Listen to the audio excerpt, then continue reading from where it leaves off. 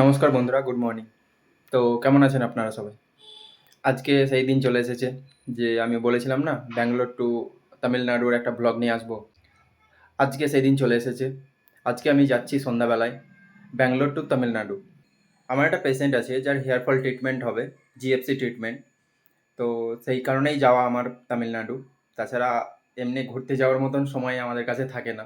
সেই ফাঁকে আমি চেষ্টা করব যে আমি কিভাবে কি ট্রিটমেন্ট করি কি না, পেশেন্টের বাড়ি গিয়ে কি করি সেগুলো আমি তোমাদের সামনে তুলে ধরবো। আশা করছি তোমাদের ভালো লাগবে। আর ব্যাঙ্গালোরের রাস্তায় কেমন ট্রাফিক হয় এটাও তোমাদেরকে দেখাবো। আর ব্যাঙ্গালোরের রাস্তায় এত ট্রাফিক, আমার রুম থেকে হচ্ছে 66 কিলোমিটার। তো 66 কিলোমিটার যেতে মোটামুটি প্রায় 2 ঘন্টার উপর লেগে যেতে পারে আমার। 2 ঘন্টার উপর তো, তার বেশি লাগবে তো কম লাগবে না। অবশ্য আমি এখন যাচ্ছি না, মানে এখন আমি বেরোচ্ছি ডিউটির জন্য। ডিউটি করব, ডিউটি করার পরে 6:30টার সময় বেরোবো ওখান থেকে। মোটামুটি 2 ঘন্টা ওখান থেকেও লেগে যাবে। আর সন্ধ্যাবেলায় আমি যখন যাব তামিলনাড়ুতে, তো তোমাদেরকেও দেখাবো কি ওই রাস্তাতে কেমন ট্রাফিক। তো আমি তোমাদেরকে দেখাচ্ছি যে ম্যাপে কত দূর রাস্তা, যেটা মোটামুটি 66 কিলোমিটার রাস্তা। হচ্ছে আমার ব্যাগের মধ্যে সমস্ত কিছু আছে। আর এই যে বক্সটা দেখতে পাচ্ছেন, এটাতে আছে আমার সেন্ট্রিফিউজ মেশিন।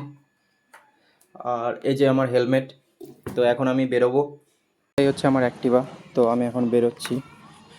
এখানে মেশিনটা খুব সুন্দরভাবে চলে আসে। এই যে গ্যাপটা আছে, গ্যাপের মধ্যে মেশিনটা খুব সুন্দরভাবে চলে আসে। তো আমি এখন বেরোবো। ডিউটিতে চলে এসেছি। এই হচ্ছে আমার ক্লিনিক। তো বন্ধুরা, আমি ডিউটিতে চলে এসেছি, 10টা বেজে গেছে। এই হচ্ছে আমি যেখানে জব করি সেই ক্লিনিকের নাম মিসকা। এটা hair skin and dental clinic. হ্যাঁ, ডেন্টালের কাজ খুব কম হয়, স্কিনের কাজও খুব কমই হয়, বেশিরভাগ হেয়ারেরই কাজ হয়। আর আমার রুম হচ্ছে এই যে জিআর সাগর নিবাস আছে, এই সাগর নিবাসের পিছনে। আর এই হচ্ছে রোড, 3rd ফ্লোরে এটা ক্লিনিকটা। এই হচ্ছে রোড।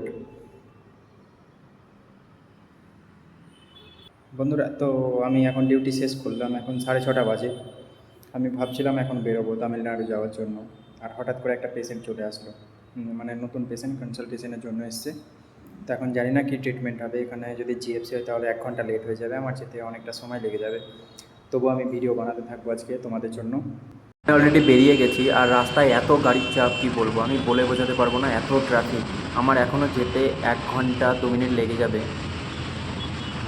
তোমরা দেখতে পাচ্ছ বন্ধুরা রাস্তায় কেমন গাড়ির চাপ, আর এত গাড়ি কি বলবো, আমার তো এত বিরক্তিকর লাগে ট্রাফিকের জন্য।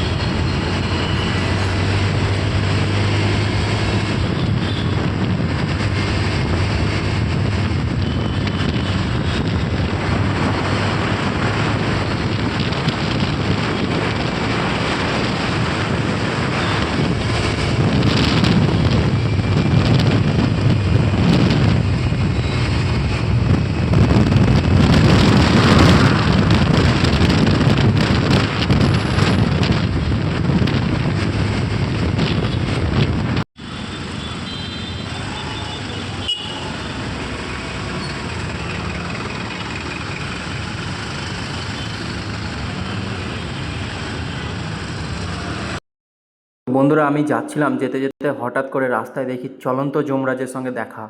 তো বন্ধুরা, তোমরা দেখতে পাচ্ছ রাস্তায় যে এই চলছে, এটা হচ্ছে পুরো চলন্ত যমরাজ। তো আমি যমরাজ বাবাজিকে সাইডে রেখে আমি সোজা পাশ কাটিয়ে চলে আসলাম। পরে যে রাস্তাটা আসছে, দুই সাইডে পড়বে জঙ্গল।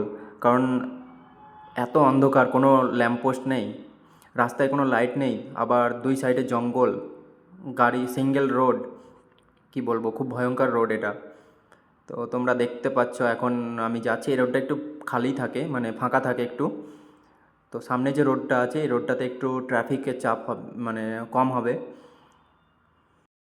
এবার পড়বে দুই সাইডে পুরো জঙ্গল। এই যে তোমরা দেখতে পাচ্ছ দুই সাইডে পুরো জঙ্গল।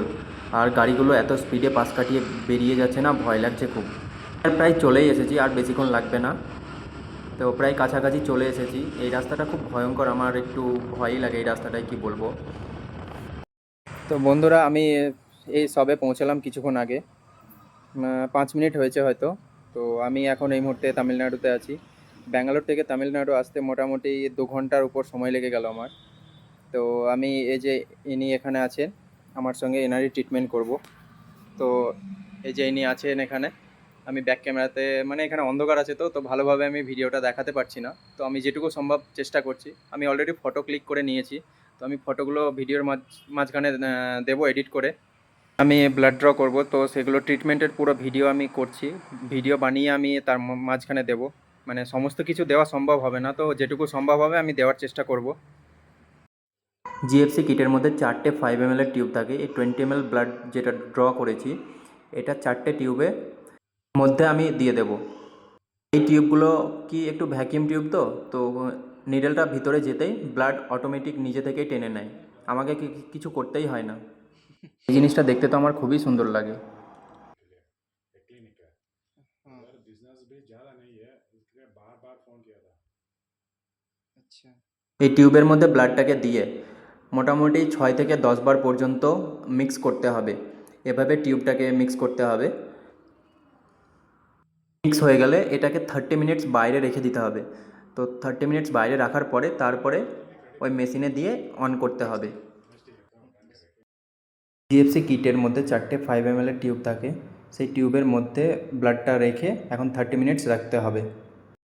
30 মিনিট পর এই মেশিনটাকে অন করতে হবে 15 মিনিটের জন্য। তো কী হবে, প্লাজমাটা পুরো আলাদা হয়ে যাবে। এটার ব্যালেন্স মেনটেন করার জন্য এদিকে দুটো ওদিকে দুটো দিতে হবে। 30 মিনিট হয়ে গেছে, এখন আমি মেশিনটাকে অন করব। এটা 15 মিনিট ধরে ঘুরতে থাকবে। তো 15 মিনিট ধরে এটা অন করে রাখলে কী হবে, প্লাজমাটা পুরো আলাদা হয়ে যাবে। এর মধ্যে রাখতে হবে একটা মাসাজার, যেটা ভাইব্রেট হবে, তো ব্যথাটা কম হবে ইনজেক্ট করার সময়। আর এটা হচ্ছে সেটাই, সেই মাসাজার। পরে মোটামুটি 9টা ইনসুলিন সিরিঞ্জ রাখতে হবে। মোটামুটি 9 ml প্লাজমা চলে আসবে। আগে জিএফসি কিটের সঙ্গে 5টা করে ইনসুলিন সিরিঞ্জ দিত, এখন আর দেয় না। তো এই কিটটা ছিল আগেকার, মানে এক্সপায়ারি হয়নি, বেশি দিন আগেকার নয়, 3-4 মাস আগেকার।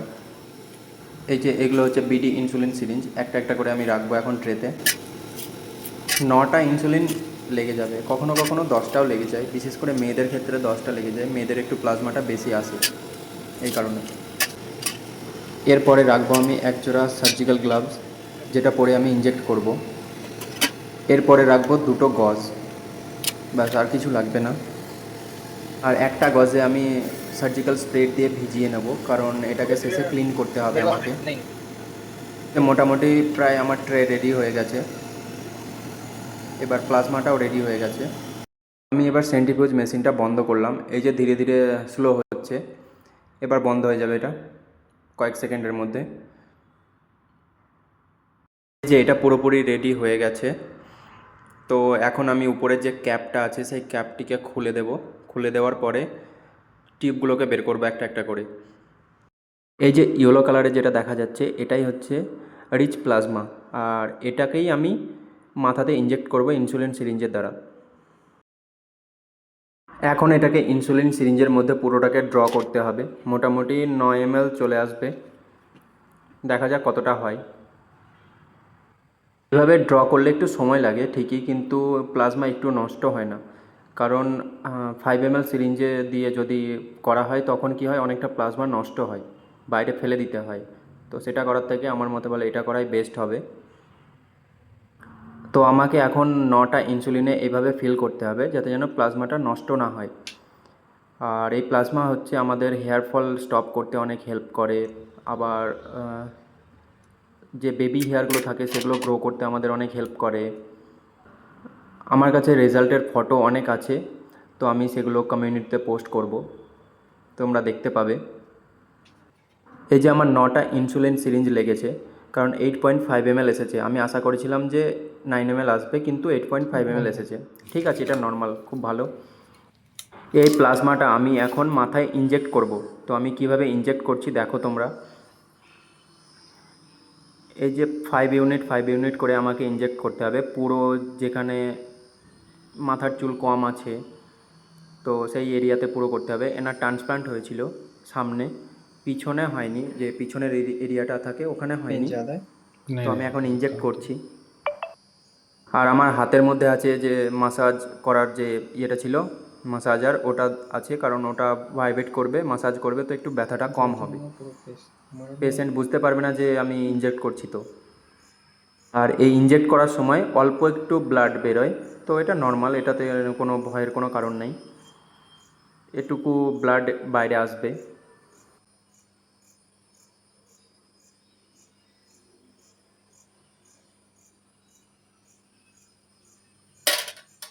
वो मेंटेन करने के लिए वो 20-25 ईयर्स तक है।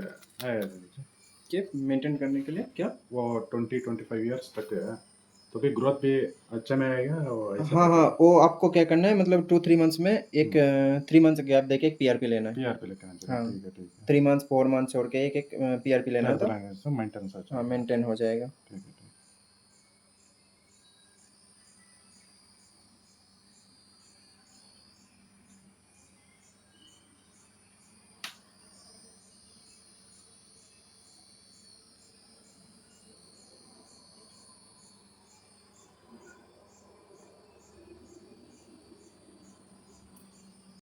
পুরোটা ইনজেক্ট করা হয়ে গেছে, যে ব্লাডটা এসেছে সেটা আমি এখন গজের মাধ্যমে ক্লিন করে দেবো। এনার ট্রিটমেন্ট পুরো কমপ্লিট হয়ে গেল। এই ট্রিটমেন্টের পরে বেশি কোনো রেস্ট্রিকশন থাকে না, শুধু মানে হেড ওয়াশ করতে হবে 24 আওয়ার্সের পর হেড ওয়াশ করতে পারবে। আর একটা সিরাম স্প্রে করতে দিই, তো সেই সিরামটা কী হবে, ওই হেড ওয়াশের পর থেকে স্প্রে করতে শুরু করবে। তাছাড়া আর কোনো কিছু এক্সট্রা কিছু করতে হবে না। আমার ট্রিটমেন্ট শেষ হয়ে গেছে, আমি এখন সমস্ত কিছু রেডি করে বেরোবো, কারণ এখন আমাকে 66 কিলোমিটার যেতে হবে। আমি এখন পেমেন্ট নিয়ে বেরিয়ে পড়বো। ট্রিটমেন্ট শেষ, আমি সমস্ত মেশিনপত্র ঠিকঠাক করে নিয়ে আমি বেরিয়ে পড়লাম। এই যে রাস্তাটা তোমরা দেখতে পাচ্ছ কেমন অন্ধকার পুরো, আর মাঠের মধ্যে ওনার ফ্যাক্টরিটা। আবার সেই জঙ্গলের রাস্তাটা ধরলাম রুমের উদ্দেশ্যে। দেখা যাক কতক্ষণ লাগে রুমে পৌঁছতে।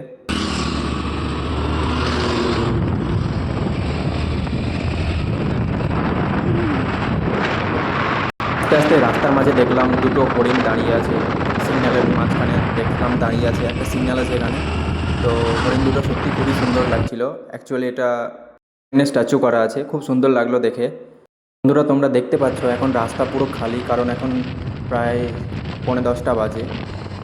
তো 9:45টার মধ্যে রাস্তা পুরো খালি হয়ে যায়, গাড়ি আছে কিন্তু খুবই কম। এই সময় গাড়ির চাপটা কম থাকে, যেগুলো চলছে সেগুলো সব বড় গাড়ি, ট্রাকগুলো রাত্রিতে বেশি চলে এখানে। 9:45 বাজে, আমার যেতে যেতে মোটামুটি 11টা 10-15 হয়ে যেতে পারে, জানি না কতক্ষণ লাগবে, দেখা যাক ওদিকে আবার যদি ট্রাফিক থাকে। তো বন্ধুরা আমি ফাইনালি রুমে পৌঁছে গেছি, এখন রাত্রি 11টা 10 বাজে।